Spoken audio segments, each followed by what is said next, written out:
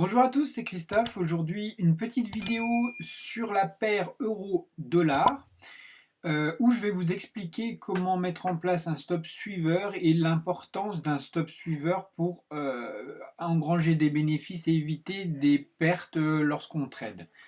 Euh, Parmi les choses qui sont les plus importantes, c'est de protéger son capital.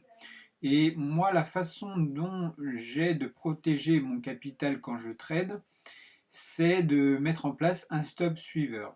Alors comment ça se passe? J'ai un très bon exemple ici sur la paire euro-dollar de ce matin et je voulais vous en parler un petit peu pour vous expliquer comment je fais.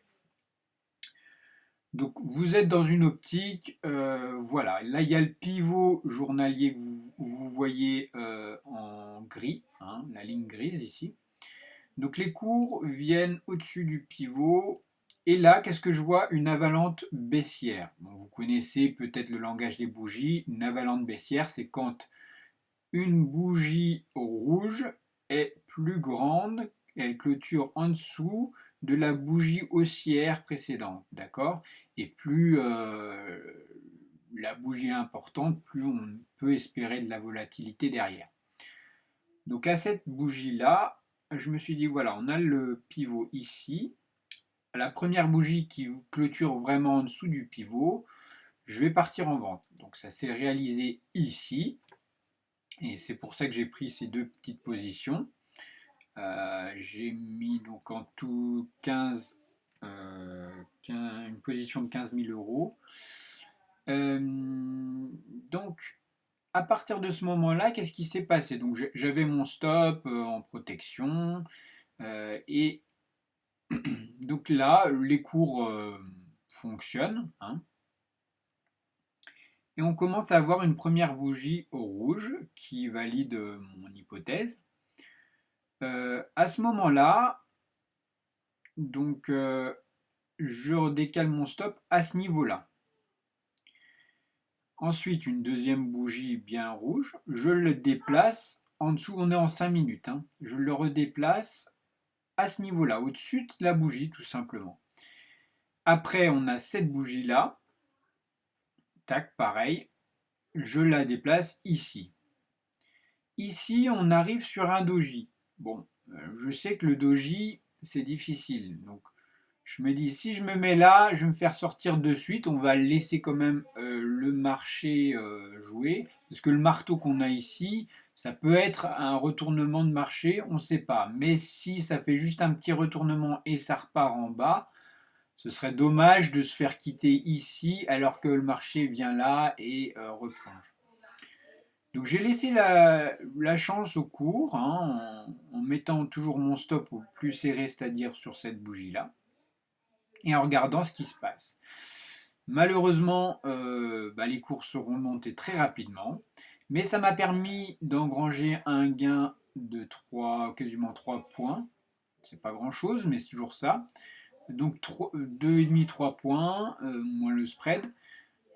Ça m'évite de finir dans le rouge, parce que à ce niveau, sur cette bougie-là, ben, si on n'avait rien fait, on était déjà dans le rouge, et ici, on serait sorti de la position, donc en perte.